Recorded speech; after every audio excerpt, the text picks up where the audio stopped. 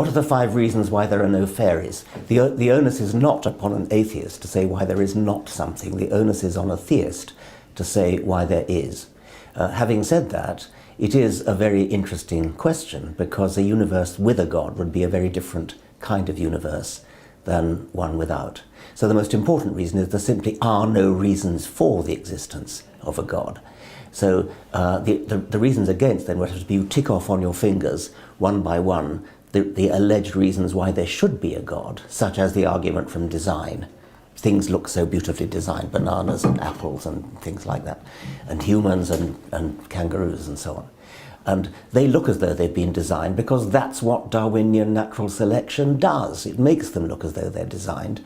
It produces a very good simulacrum of design. I think that's the most important reason against, that Darwin has exploded once and for all the argument from design. Other reasons that have been offered, for example, people claim to have a subjective experience, a personal experience of God. Well, we all know how easily people are fooled, we all know how easily people hallucinate, how easily they imagine, how easily they dream. So that's an extremely poor argument in favour of the existence of a God.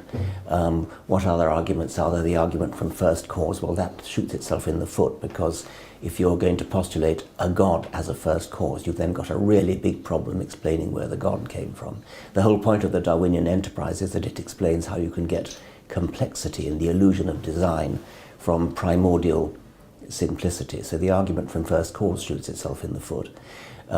Pascal's wager, you're better off betting that there is a God, because if you lose the bet then you go to hell. That's a silly argument, because it depends on, it assumes that you know which God it is for a start. If you bet on Yahweh and it turns out to be Baal or Thor, then you're in trouble.